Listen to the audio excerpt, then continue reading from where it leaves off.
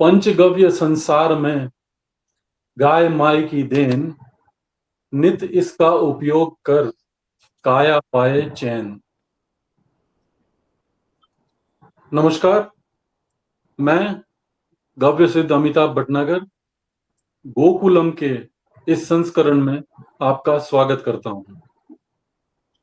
पंचगव्य का एक गव्य है दुग्ध, जिसे हम मिल्क या दूध के नाम से भी जानते हैं। आज विश्व दुग्ध दिवस होने के अवसर पर हमारे साथ एक ऐसी व्यक्तित्व हैं जो गौ सेवक ही नहीं, परंतु इनका परिचय बहुत लंबा चौड़ा है।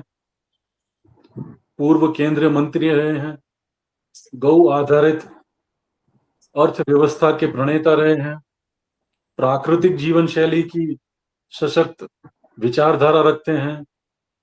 ब्राउन रेवोल्यूशन, जैसे ग्रीन और व्हाइट रेवोल्यूशन हुआ था, वैसे ब्राउन रेवोल्यूशन के प्रणेता हैं। हमारे बीच स्वागत करते हैं डॉक्टर श्री वल्लभ भाई कथीरिया का। नमस्कार डॉक्टर साहब। नमस्कार। वंदे गौ मातरम। वंदे गौ मातरम। भारत में दुग्ध केवल स्वास्थ्य के लिए नहीं, परंतु आध्यात्म, कृषि और अर्थव्यवस्था के लिए भी इस्तेमाल किया जाता है। आध्यात्म बहुत जोरों से दुग्ध का इस्तेमाल करता है। हमारे यहाँ हर पूजा में दुग्ध का सबसे बड़ा हाथ होता है। अब आज क्योंकि विश्व दुग्ध दिवस है और हमारे साथ इतनी बड़ी हस्ती है, तो हम इसी विषय पर आगे चर्चा करेंगे और डॉक्टर साहब से जानेंगे कि डॉक्टर साहब, भारत में दुग्ध के लिए क्या क्या सेंटिमेंट्स हैं और आपके हिसाब से दुग्ध की क्या क्या परिभाषा है? जी नमस्कार सभी को। आपका डॉक्टर वल्लभ भाई की ओर से वंदे गौ मातरम। जैसे आपने बताया कि दूध की जब बात आती है तो हम जो विशेष रूप से बात करने वाले हैं गौ माता के दूध की, गाय के दूध की, अपने देश की भारतीय संस्कृति की जो धरोहर है गौ माता, गौ वंश, उनके दूध की। वैसे तो देखा जाए तो पूरे ब्रह्मांड में मोर देन 55 lakhs ऐसे मैमल हैं जो मेमोरी ग्लैंड, ब्रेस्ट वाले एनिमल से लेकर के ह्यूमन बीइंग से लेकर के अलग अलग पशु पंछी सब जो दूध देते हैं, और वो दूध ज्यादातर अपने ही बच्चों के लिए यूज करते हैं। वैसे ही अपने ह्यूमन बीइंग में भी माता का दूध वैसे विश्व में पूरे ब्रह्मांड में श्रेष्ठ माना जाता है। माता का दूध, वैसा ही गौ माता का दूध, और बाद में बाकी की श्रेणी आती है जिनके अलग अलग उपयोग दूध के कहीं ना कहीं भिन्न भिन्न अपने शास्त्रों में, वेदों में, अपनी संस्कृति में बताए गए। हम जो बात करना चाहते हैं वो बात है अपने भारतीय गौ वंश की जो देशी गौ माता है। भारतवर्ष में करीब करीब मोर देन 67 ऐसी गौवंश की प्रजाति है जो खूंद वाली है, हंप वाली है, जिनको सही में माता का दर्जा दिया गया है। उस गौ माता की बात करेंगे और उनके दूध की आज बात करेंगे। भारतवर्ष में जो मैंने कहा कि मोर देन 67 में से 52 ब्रीड तो भारत सरकार ने ही उनको रजिस्टर की है। उत्तर से देखे तो साहिवाल से लेकर के हरियाणवी, राजस्थान में थरपारकर, लाल सिंधी, गुजरात में कांकरेज से लेकर के गिर, ऐसी साउथ तक ऐसी भारतीय जो ब्रीड है उनके दूध को अपनी संस्कृति में कहा गया है कि काउ मिल्क इज एलिक्सिर, यानी कि गौ माता का दूध अमृत है। गाय के दूध को अमृत की तरह तुलना की गई है।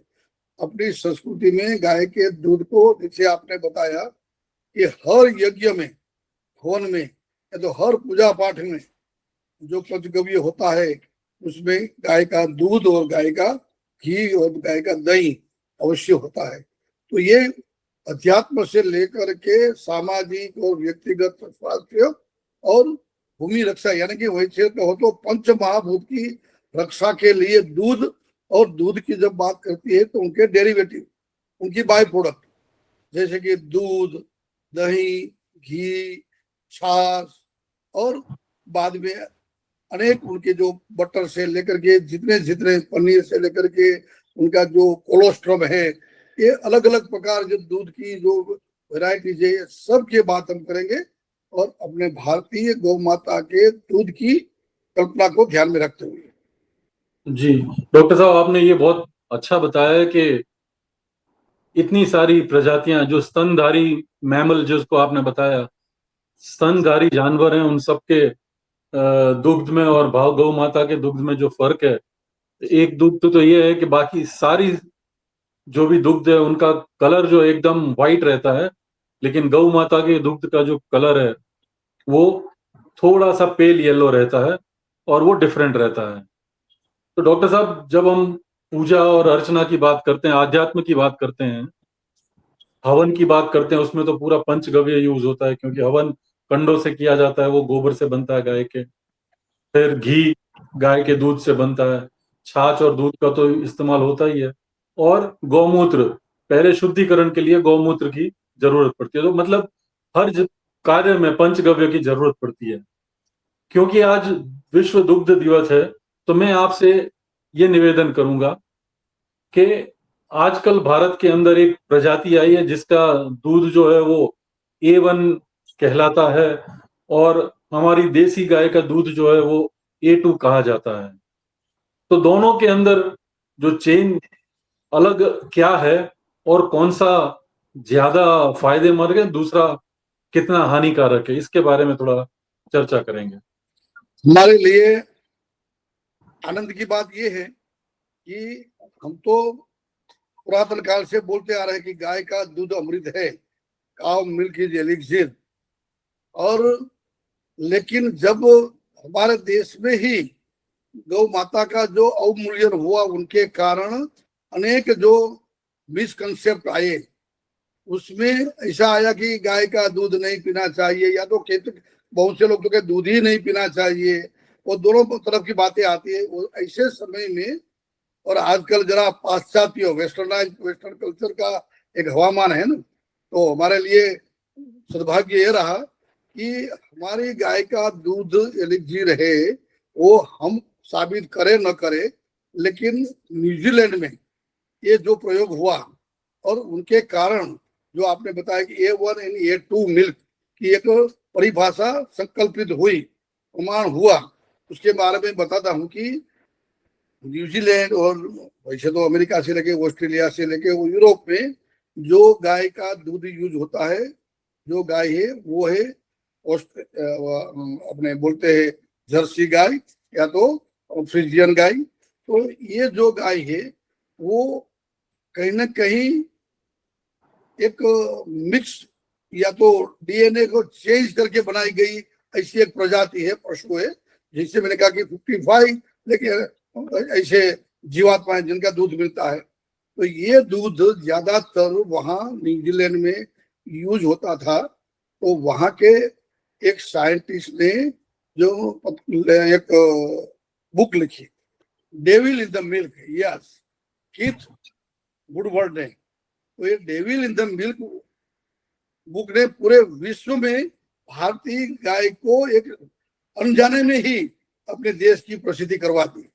बात ये हुई कि वहां के लोगों में ब्लड प्रेशर के, डायबिटीज टाइप 2 के, हार्ट अटैक के, और बच्चों में जो मानसिक बीमारियां होती है, मेंटल रिटार्डेशन, ये बीमारियां न्यूजीलैंड में ज्यादातर दिखाई हुई। तो उनका जो रिसर्च हुआ, वहां के साइंटिस्ट ने देखा कि व्हाट इज द रीजन, और उसमें उनको पाया गया कि अपने देश की गाय का जो दूध पिलाते हैं वो दूध का कोई ना कहीं प्रॉब्लम है।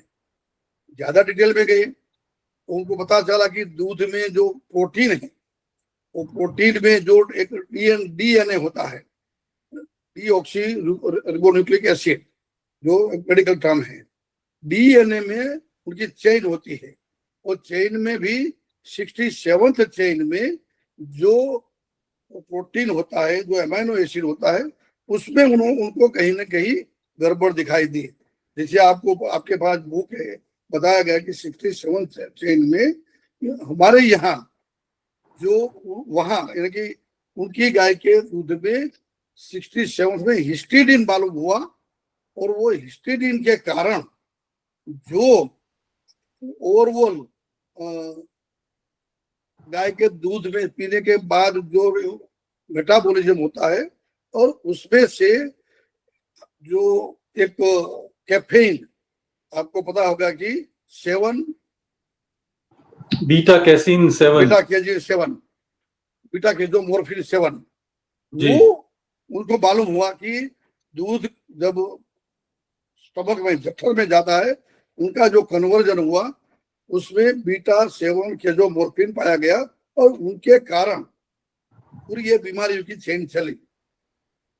बाद में उन्होंने और भी रिसर्च किया कि भाई ये अपने गाय में तो है, तो लेकिन what about the Bose indicus, ये उनको बोस बोलते हैं, बोस टोरस, जो विदेशी गाय है। बोस इंडिकस में यानी कि भारतीय गाय में क्या है, तो उनके दूध में जो देखा गया, तो उनके दूध में यही 67 चेन में वहां ये जो बीटा के जो मोरफिन के नहीं मिला, वो स्टीड का कन्वर्जन वहां नहीं था।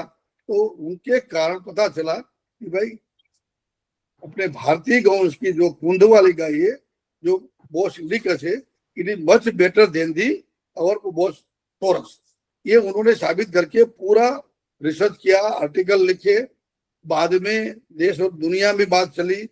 न्यूजीलैंड की सरकार ने तो बहुत उसके आगे पीछे तैयारियां की, रिसर्च किया, और बाद में कंफर्म हुआ कि ये रियल प्रोटीन में प्रॉब्लम है जो 67 चेन में, वो भारतीय देश वंश की गाय में नहीं है। तो उन्होंने उनका नाम दिया A2 मिल्क, और अपने देश की था गाय, इसलिए उन्होंने रखा A1 मिल्क। A1 उनका जो पूरा LLE होती है, जब हम जाते हैं डिटेल में, तो एमिनो एसिड में भी 67 चेन में LLE बोलते हैं, A1 A2 A2 A2 A1 A1, ऐसा करके उनका एकदम माइक्रोस्कोपिक ये जो प्रोटीन की श्रृंखला होती है, उनका वो एक रिसर्च है। तो उसके आधार पर ये पता चला कि भारतीय गाय का दूध है ये टूब बल्ब बताया उन्होंने, और उनकी गाय का दूध यानी कि होस्टिन फ्रिजियन और जर्सी का A1 बताया। और ये साबित भी हो गया उनकी वजह से कि अपने देसी गाय की दूध से न डायबिटीज, न हाइपरटेंशन, न हार्ट अटैक, यानी कि फैट कम होने के कारण। बाद में पता चला आगे कि रियल में जो हम कोलेस्ट्रॉल की बात करते हैं, तो HDL और LDL कोलेस्ट्रॉल की बात सही है। LDL इज मोर हानिकारक है, इंजूरियस है हेल्थ को, और HDL है वो अच्छा है। तो हमारे देसी गाय के दूध में HDL ज्यादा है।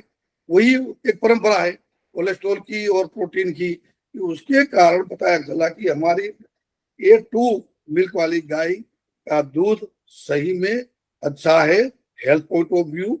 ये एक पॉइंट हुआ, और उनके कारण पूरे विश्व में पता चला गया कि भारतीय देसी गाय का दूध तो सही में एक मच बेटर देन दी A1। ये एक पॉइंट हुआ। लेकिन हमें तो थोड़ा फायदा इसलिए उठाना था कि हमारी गाय की हमें गरिमा बढ़ानी थी, हमारे देश जी, की गरिमा, हमारे गौवंश की गरिमा बढ़ानी थी। जी, लेकिन हमने तो ये भी कहा है कि ये it is not only for the A2 milk, कि जिसके कारण हम भारतीय गौवंश को, गाय को हम उनकी महानता दे दूंगी, उनमें A2 मिल्क, A2 ये तो एक पॉइंट आया कि ये जीन में बीटा के जो मोरफिन नहीं है, जी, इसके बजाय वहां प्रोटीन अलग प्रकार का है। लेकिन बाकी के अलग अलग जो प्रॉपर्टीज है अपने गाय की, देसी गाय के दूध की, जी, उसमें जैसे HDL ज्यादा है, उसमें एंटीऑक्सीडेंट एक्टिविटी है, एंटी कैंसर एक्टिविटी है, एंटी बैक्टीरियल एक्टिविटी है, इम्यूनो एनहांसर है, इम्यूनो मॉड्यूलेटर है। ये सब जो प्रॉपर्टी है उनके, और अभी तो जैसे केवल दूध में कार्बोहाइड्रेट होता है, प्रोटीन होता है, अपने कोलेस्ट्रॉल यानी कि फैट होती है, मिनरल्स होते हैं, ट्रेस एलिमेंट होते हैं 37 मोर देन, जैसे जिंक मैंगनीज से लेकर के गोल्ड से लेकर सिल्वर, ऐसे 37 ट्रेस एलिमेंट अपने विटामिन ये सब उसमें मिलते हैं। आपने जो कहा कि जो गाय का दूध येलो है उनका कारण विटामिन डी है ज्यादा, तो ये सब, और अब तो ये भी साबित हो गया है ना कि गाय अपने देसी गाय के दूध में, देसी गाय के घी में, देसी गाय के गौमूत्र में, और इवन इन ट्रेसेस गोबर में भी गोल्ड पार्टिकल भी है, सिल्वर पार्टिकल भी है, बाकी की अनेक ऐसी जो मेटल यानी कि जो ट्रेस एलिमेंट अपने शरीर के लिए उपयोगी है, ये सब है। ये अपने गाय के, देसी गाय के दूध को एलिक्सिर बनाता है, अमृत बनाता है। व्हाट वी मीन बाय अमृत, कि जो आदमी वैसे तो डेथ ही सर्टेन, इसमें तो कोई गिना नहीं बोलता, अमृत तो है ही नहीं, लेकिन एक जो परिभाषा है कि जहां तक आदमी या तो अपना जीवन है जीवात्मा का इस बॉडी में, वो एक स्वस्थ जीवन जिए और अच्छी तरह से मृत्यु के समय भी एक निरोगी हो, स्वस्थ हो, निरामय हो। ये कल्पना के कारण उनको बोला कि अमृत, ये जिनका सेवन करेगा देसी गाय का दूध, हमने तो ऐसे ऐसे महात्मा देखे हैं और इतिहास में भी सुना है, पढ़ा है कि जो केवल देसी गाय के दूध पर रहते थे जिंदगी भर, तो ये उनकी कमाल है, और इसीलिए उनको देसी गाय के दूध को अमृत कहा जाता है, एलिक्सिर कहा जाता है। और आप तो उसके बारे में और भी ज्यादा कह सकते हैं।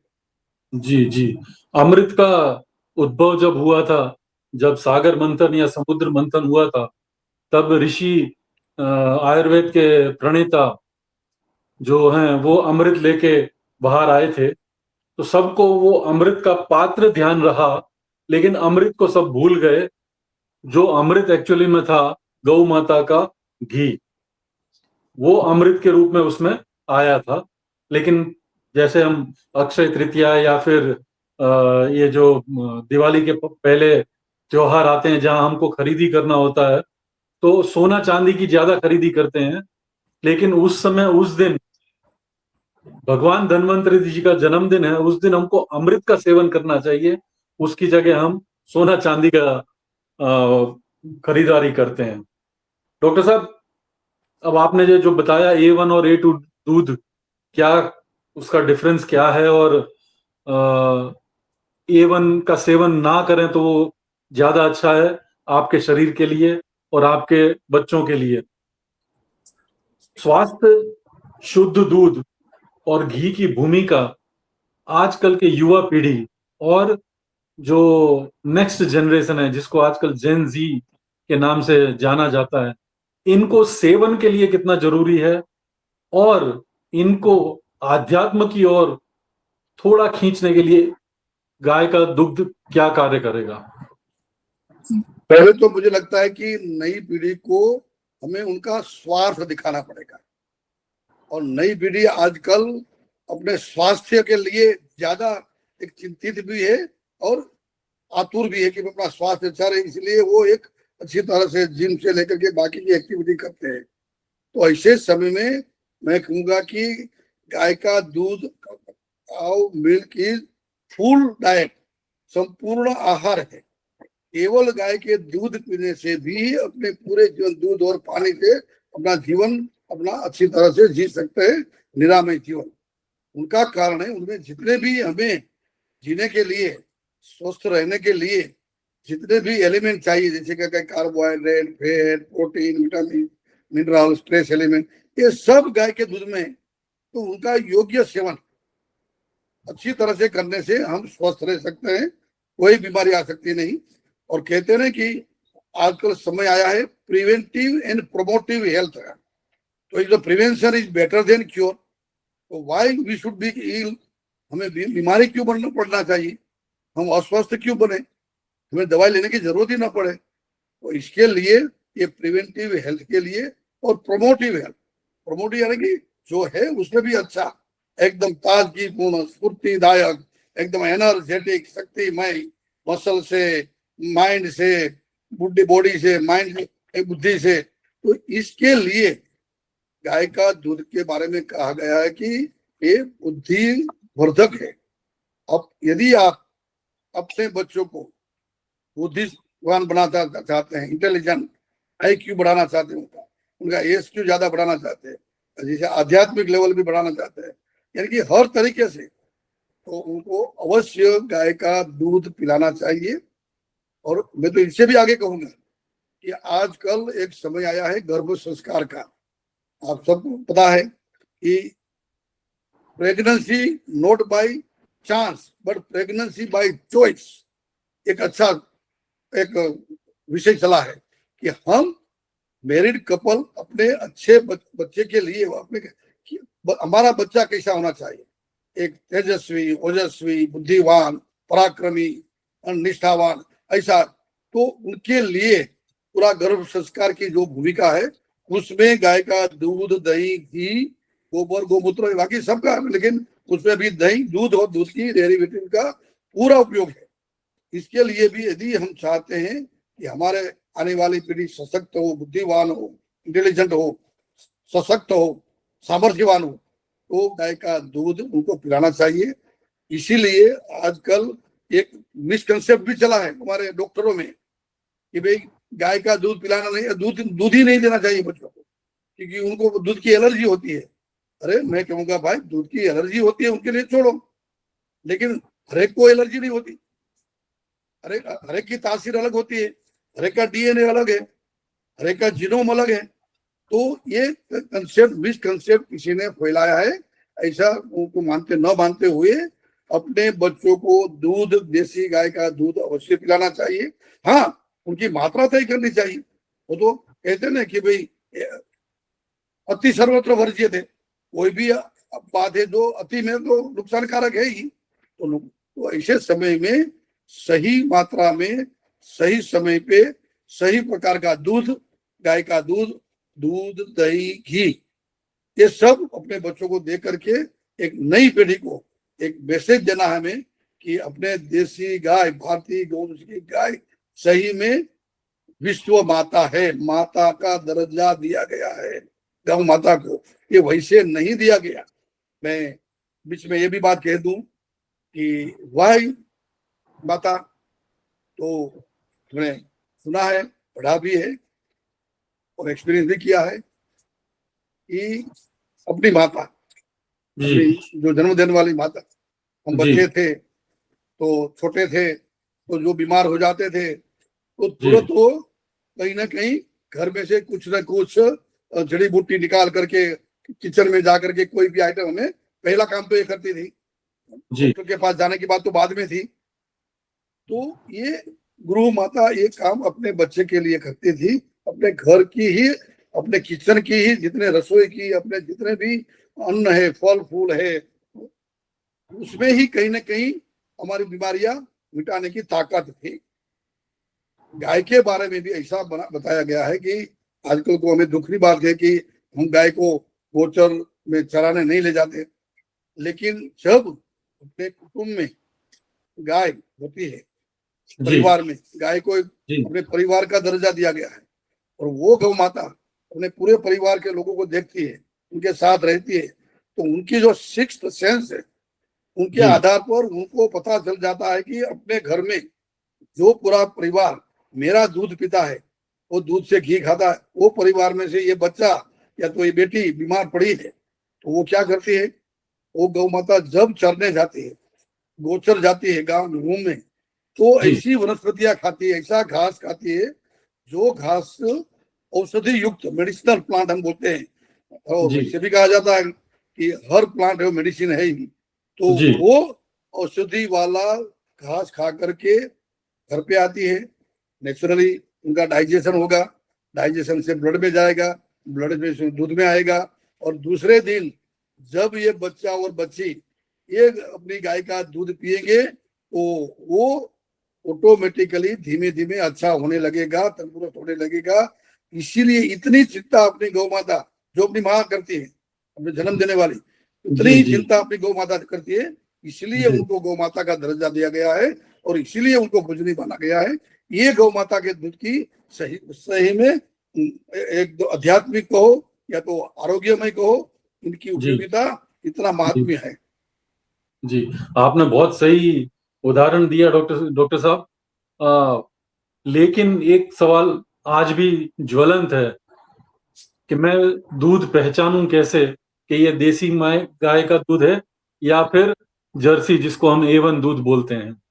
क्योंकि दूध के अंदर मिलावट इतना आ गया है, केमिकल इतना आ गया है कि हमें उसके ऊपर हमेशा संदेह रहता है कि ये लेना चाहिए या नहीं लेना। तो समाज में जो अभी आपने बोला प्रिमिटिव और प्रोमोटिव हेल्थ, आइडियल के बाद में, तो समाज इससे कैसे बचेगा? आर्टिफिशियल दूध से कैसे बचेगा? क्या उसके लिए कुछ हमारे पास सुविधाएं हैं? देखिए ये बड़ी विडंबना भी है, मिसफॉर्च्यून है अपने।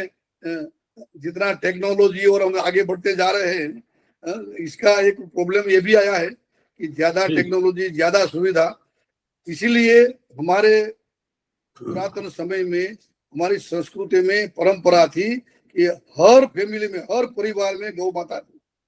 अपना गाय के साथ हमारा पूरा परिवार में गौ माता एक हमारा, हमारे परिवार का अंग था। हमारे परिवार के साथ ही मिली जुली एक माता थी, और उनका सामने ही देखते थे वही गाय माता, और उनका ही दूध पीते थे। इसलिए प्रॉब्लम तो सोल्व हो गया कि भाई ये कोई एडल्टरेटेड नहीं है। ये तो जी सबसे ऊंची कल्पना और सबसे आदर्श बात, भाई जी अपने परिवार में गौ माता रखो और उनका ही दूध का सेवन करो। दैट इज द बेस्ट, श्रेष्ठ बात करना चाहिए। नहीं कर सकते हैं तो आज के जमाने में तो उनके विकल्प क्या है? नंबर 2, कि आपके परिचित ऐसे गोपालक जी जो गाय रखते हैं, किसान गोपालक या तो जो परिवार, उनकी गाय का दूध लीजिए आप, भरोसेमंद है, इसलिए प्रॉब्लम नहीं है। तीसरी बात जी कि यदि आप ऐसा नहीं कर सकते हैं तो ऐसी कोई गौशाला में एक गाय को दत्तक लीजिए, और वो गाय को थोड़ा पालिए पोसिए। अपने घर पे नहीं रख सकते तो उनका सेवा, उनका थोड़ा परिश्रम करके एक मैनेज करिए और उनका दूध आप लाइए। चौथी बात, आजकल एक नया कंसेप्ट हमने दिया है काउ हॉस्टल का, जी गौ छात्रालय का।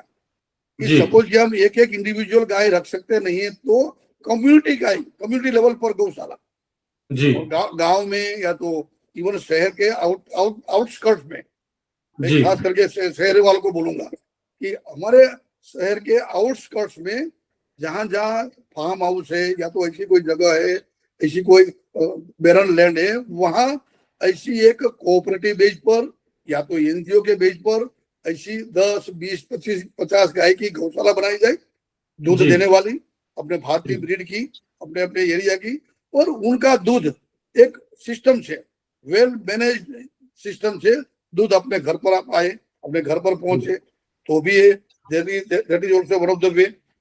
और यदि नहीं है तो सरकार, ये तो अपने व्यक्तिगत बात हुई, सामाजिक जिम्मेवारी भी है कि हम दूध का एडल्ट्रेशन न करें। हमारा मोरल कहाँ गया? मैं गोपालक हूं और मैं एडल्ट करूंगा, मैं उनमें उससे कुछ मिक्सअप करूंगा, तो ये तो बड़ा पाप है। तो इस पाप से बचने के लिए भी समाज की जागरण, अलग अलग तरीके से जागरण। और तीसरी बात होगी सरकार की ओर से, शासन की ओर से, कि भाई ऐसा दूध न हो, ऐसा दूध में एडल्ट्रेशन न करें, इसके लिए कड़क कानून व्यवस्था ऐसे भी है हमारे समाज में। लेकिन भ्रष्टाचार की जो बदबू है, और हमारे समय में पूरे एक विश्व अब काल में अभी ये इनके कारण दिक्कत आती है। लेकिन वहाँ स्टैंडर्डाइजेशन हो, वहाँ एकदम प्योर जितना भी सिस्टम रख सके, भाई उसमें एडल्ट्रेशन न हो, ये ध्यान रखें। डेयरी में भी आजकल अच्छी, अमूल से लेकर के बड़ी बड़ी डेयरिया, वहां भी ऐसे मशीन भी आ गए हैं कि जो पूरा एडल्ट्रेशन का चेक कर सकते हैं, उसमें पानी क्या ज्यादा है कि नहीं, यूरिया से दूध बनता है तो यूरिया और बाकी का एडल्ट्रेशन है कि नहीं, ये सब एक सिस्टम गवर्नमेंट की ओर से भी सेट है। तो यानी कि एक होलिस्टिक अप्रोच के साथ हम यदि आगे बढ़ेंगे तो कहीं एडल्ट्रेशन न होगा और प्योर दूध हमें मिलेगा, और हमें प्योर दूध ही लेकर के पीना चाहिए। वैसे दूध की बात है, वैसे ही छाछ और घी और दही की होगी, लेकिन ये प्योर दूध के लिए इतना इतना हमें ध्यान रखना पड़ेगा। जी डॉक्टर साहब, एक और प्रश्न आया था। भारत देश ऐसा देखा जाए तो दुग्ध में या दुग्ध प्रोड्यूस में, प्रोडक्शन में विश्व में नंबर 1 है, जी। राइट। इसके बावजूद भारतीय किसान जो है उसकी हालत, या मतलब समझ लिए वो हमेशा संकट में ही रहता है। ये संकट के चलते उसको ऐसा लगता है कि गाय मेरे ऊपर एक बोझ है। इसके ऊपर आपके क्या विचार हैं? क्या इसका सॉल्यूशन रहेगा? सही बात है। हमारी अगर फिर से मैं कहूँगा विडम्बना रही वही सोच चुन रहा कि हम आजादी के बाद भी जो गौ माता के प्रति हमारा एक एटीट्यूड होना चाहिए वो बदला नहीं, और धीमे धीमे ऑन द कॉन्ट्रारी गिरता गया कि गाय से लोग दूर होते चले गए। ये न हो इसीलिए फिर से हमें अपने देश को गौ संस्कृति में बनाना है। मैंने कहा ना, हर परिवार में एक गौ माता होनी चाहिए। ऐसा जरूरी नहीं था पहले कि केवल किसान ही गौ गाय रखता था। मैं मेरे गांव में था तो हमारे ब्राह्मण के पास से लेकर के हमारे बाकी के अलग अलग जितने भी औजार वाले थे, लोहार, सोनार से सब लोग अपने अपने गाय रखते थे। और वो गाय का सुबह में वहां गाय के जो अपने गांव का गोंदरा बोलते हैं वहां जाती थी, वहां से वो गौचर में जाती थी, पूरे दिन चर करके शाम को वापस आ जाती थी। तो एक अच्छी एक वेल बेड सिस्टम थी गौचर की, गोपालन की, वो फिर से हमें लानी पड़ेगी। और किसान को ज्यादा से ज्यादा गाय का पालन करने के लिए सुविधा मिले, ये भी ध्यान रखना पड़ेगा। दूसरी बात है कि सबसे प्रॉब्लम क्या है, हमारा देश में नंबर 1 तो है, ये तो बड़ी संख्या में गाय माता है इसलिए, लेकिन पर काउ जो मिल्क का प्रोडक्शन होना चाहिए वो बहुत कम है। 1.4 1.5 लीटर पर काउ है, वो बहुत कम है।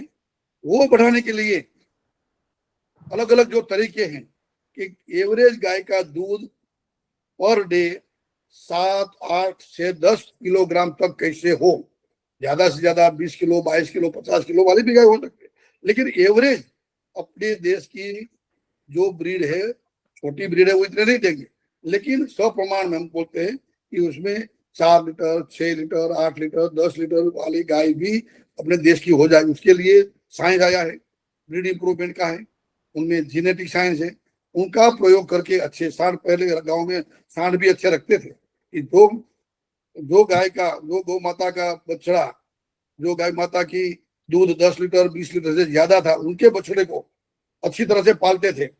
उनका पालन पोषण सामूहिक होता था गाय के गांव में पंचायत के द्वारा, और बाद में वो सांड बन करके अपने गाय की, अपने गांव की गायों के साथ उनका मीटिंग होता था। और हर 3 साल वो बछड़े को, यानी कि वो सांड को, वो बुल को दूसरे गांव में बदल देते थे ताकि इंटरब्रीडिंग ना हो। ये इतनी हमारी समझ हमारी संस्कृति में हमारे पूर्वजों के पास थी, तो उसको हमें अच्छी तरह से रिपीट करके अच्छे बुल बनाना, बेस्ट बुल से उनका मेटिंग प्रोजनी से आगे बढ़ाना, और ऐसी अच्छी दूध वाली गाय को बढ़ाना नंबर 1 करेंगे तो किसान गाय रखेंगे। दूसरा, हमारे समाज को दूध खाने वाले हम सब, मैं कहूंगा कि हम होटल में जाकर के 5,000 का बिल का भोजन करके आ जाएंगे, उनका पूछेंगे भी नहीं कि भाई आपने पिज्जा का कितना लिया, आपने इनका ये सब्जी का कितना लिया। और 5,000 7,000 10,000 का बिल एक परिवार में खाने पीने का हो जाता है, कभी कभी बड़ी विडम्बना है। लेकिन जब दूध की बात आती है, अरे 50 रुपया लीटर का हो गया, 2 रुपया बढ़ा दिया, 5 रुपया बढ़ा दिया घी का एक एक एक 2,000 का किलो 1 ग्राम घी। ये मानसिकता हमें आमतौर पर बदलनी पड़ेगी यदि हमें स्वस्थ रहना है। तो देसी गाय का दूध, मैं तो कहता हूं कि आज के समय में पालन पोषण का जो विकट हो गया है किसानों को, और बाकी की जो खानदान, बाकी को उनका चारा सभी, इसके कारण 100 रुपया 100 100 में कहता हूँ उनसे पर लीटर नहीं होना चाहिए। और हमें एकदम होश पूर्वक आनंद से देना चाहिए कि अरे भाई मैं तो गाय नहीं रख सकता, लेकिन आप गोपालक के नाते, किसान के नाते गाय रखते हो, तो ये हमारी ओर से आपको तोहफा के रूप में हम गाय का दूध का आप सेवन करेंगे।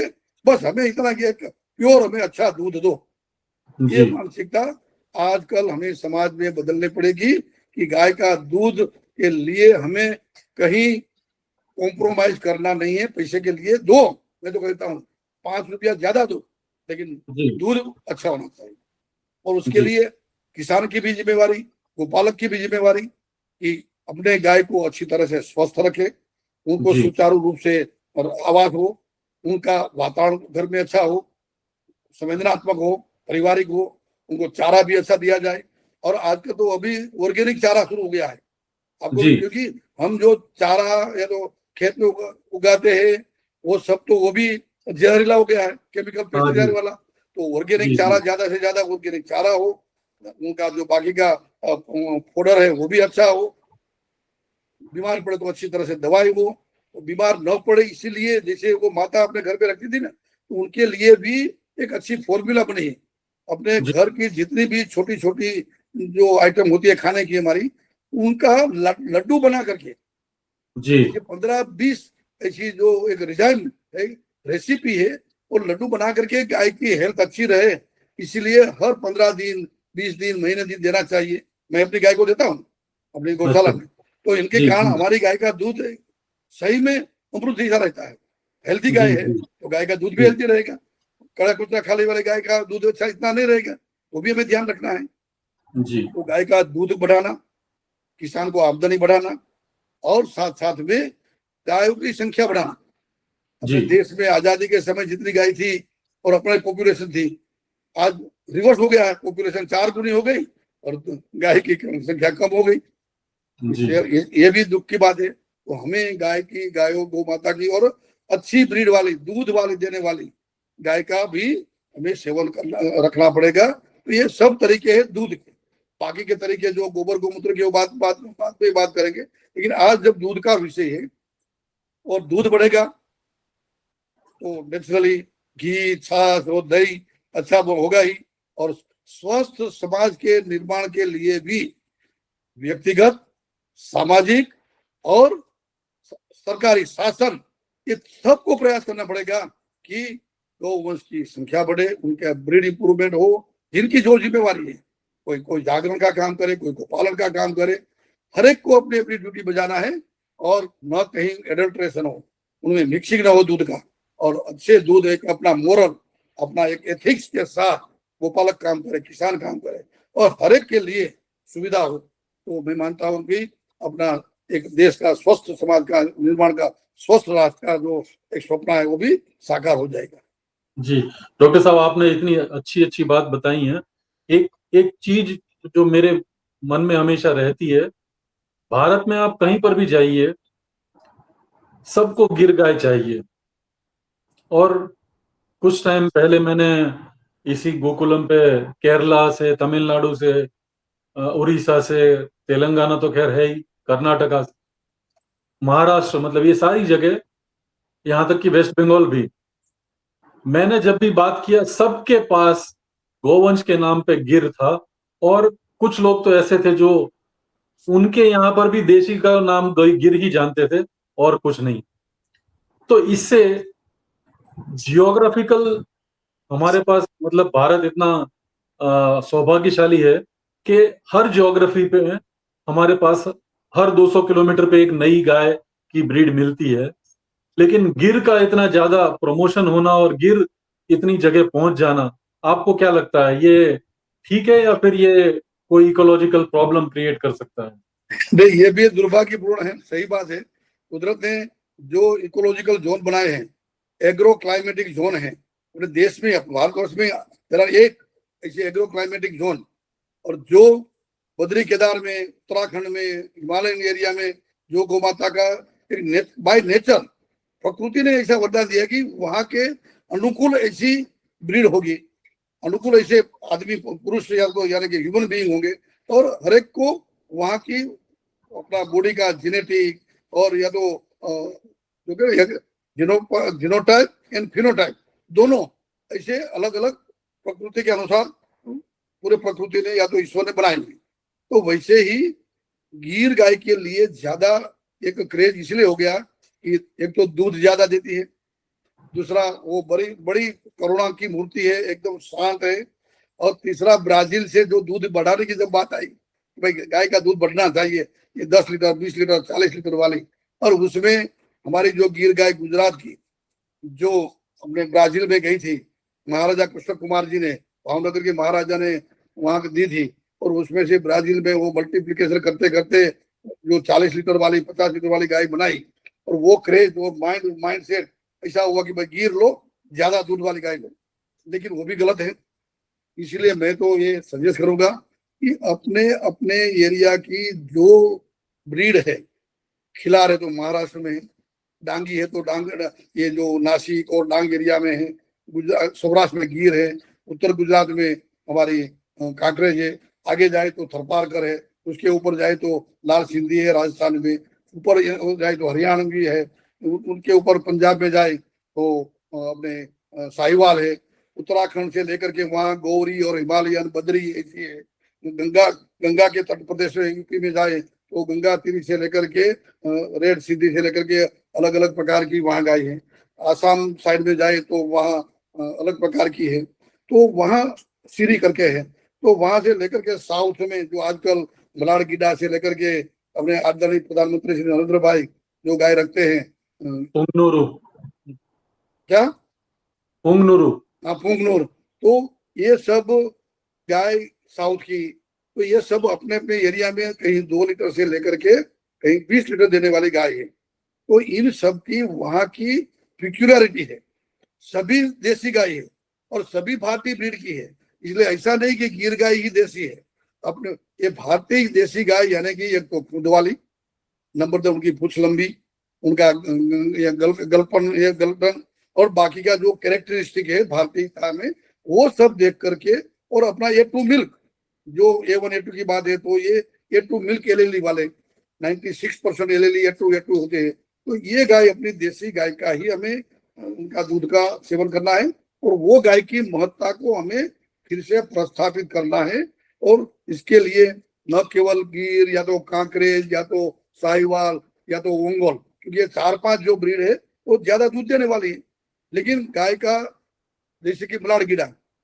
ये पुंगनूर चाहे 1 लीटर दूध दे 2 लीटर दूध दे, लेकिन उनकी मेडिसिनल वैल्यू इतनी अच्छी है कि उनका दाम इतना आ सकता है।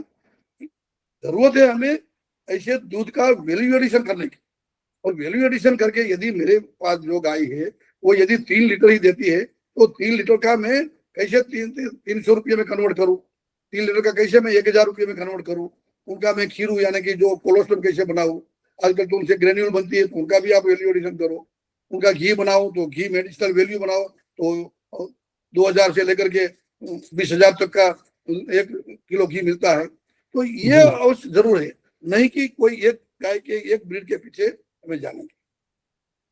जी, आपकी बात बहुत सही है डॉक्टर साहब, आपसे बात करते करते 1 घंटा कब निकल गया कुछ समझ में ही नहीं आया, और ऐसा और लग रहा है कि बात करते जाएं और आपसे ज्ञान लेते जाएं, लेकिन हमारे पास भी समय की मर्यादा है, इसलिए मैं एक बात मैं फिर से कह दूं, जी आजकल एक नया विषय चला है वेगन का। जी, वेगन यानी कि बिल्कुल दूध नहीं पीना, ये भी एक एक्सट्रीमिज्म है, और दूसरा एक मिसकंसेप्ट चला है कि जो दूध है वो अपने बछड़ों के लिए या तो अपने बेटों के लिए होता है, हम नहीं पीना चाहिए, ये दोनों मिसकंसेप्ट है और एक्सट्रीमिटी है।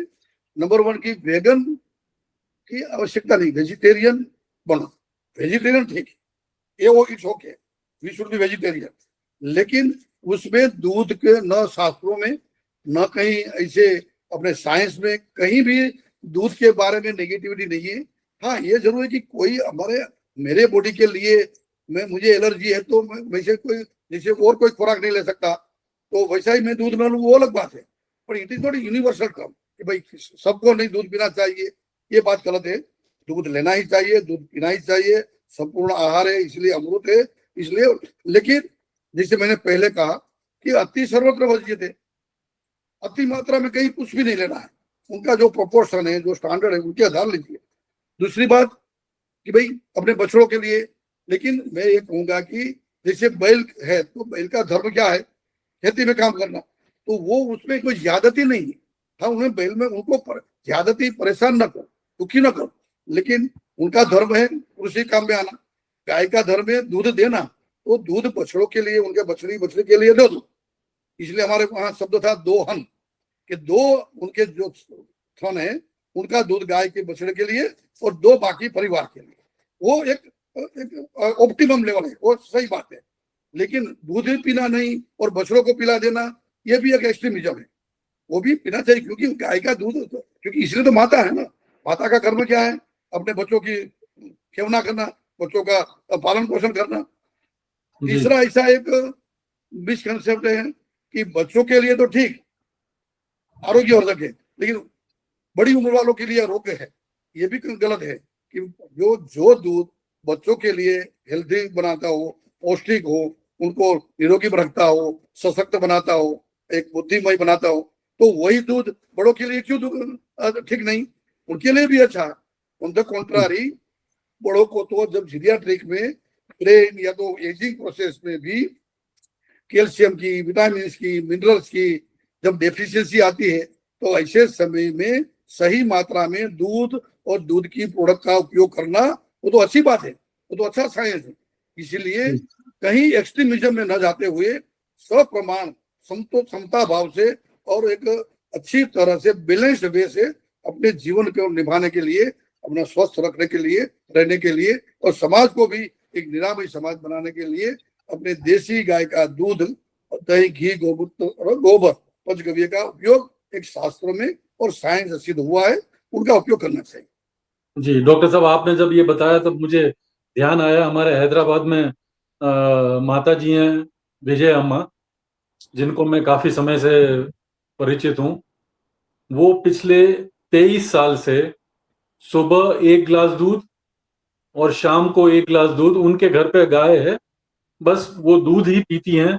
उन्होंने उस पिछले 23 साल में कोई अन्न नहीं खाया, कोई फ्रूट फल नहीं खाया। सवेरे 1 गिलास दूध और शाम को जब गौ माता दूध देती है, वहीं वो खड़े खड़े पी लेती हैं। बस इतना ही उनका भोजन है। तो आपकी बात सही है कि ये सिर्फ बच्चों के लिए नहीं, ये सभी लोगों के लिए है। जी, पंचगव्य में देख लें गौ माता का सार, गौ के बल हम पल रहे और लग रहे पार। ये एक दोहा है जिसको अभी हम जब डॉक्टर कथिरिया जी को सुन रहे थे, तब ये पूर्ण रूप से साकार हो रहा था दोहा। और मेरे पास इतने सवाल हैं, मैं जानता हूं डॉक्टर साहब के पास उतने ही जवाब रहेंगे, परंतु हमें समय की कमी के कारण, और आज क्योंकि विश्व दुग्ध दिवस है, तो हमने सब्जेक्ट सिर्फ दुग्ध के ऊपर रखा है। लेकिन जब हम ब्राउन रेवोल्यूशन के ऊपर चर्चा करते हैं तो शायद 24 घंटे भी कम पड़े। और एक बात तो मैं जानता हूं, डॉक्टर साहब को ना पानी की जरूरत है ना खाने की जरूरत है, वो 24 घंटा बैठ के सबको काम करवा सकते हैं, और ये मेरा पर्सनल अनुभव है। डॉक्टर साहब आप आए, समय निकाला और हमें इतना ज्ञानान्वित किया, उसके लिए बहुत बहुत धन्यवाद।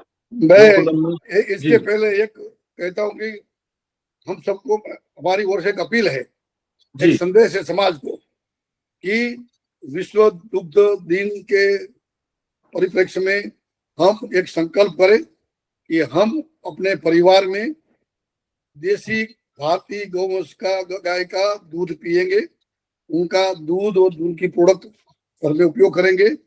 और इससे आगे यदि हम और भी एक संकल्प ले कि कहीं ना कहीं एक गौ माता की रक्षा के लिए, गो पालन के लिए इतना पैसा का खर्च करके एक गौ माता को दत्तक लेंगे, या तो उनका पालन पोषण की जिम्मेवारी लेंगे, या तो किसान को मदद करेंगे, गोपालक को मदद करेंगे। ऐसा कोई एक संकल्प होगा तो कितने 150 करोड़ संकल्प ऐसे अपने देश में हो जाएंगे, तो सही में गौ रक्षा, गोपालन, गो आधारित समाज व्यवस्था का हमारा स्वप्न साकार होगा। ये संदेश में आपके माध्यम से समाज के साथ प्रस्तुत करता हूँ। वंदे गौ मातरम। वंदे गौ मातरम। डॉक्टर साहब आपका बहुत बहुत धन्यवाद, आपने समय निकाला। नमस्कार। नमस्कार। जय गौ माता। वंदे गौ मातरम।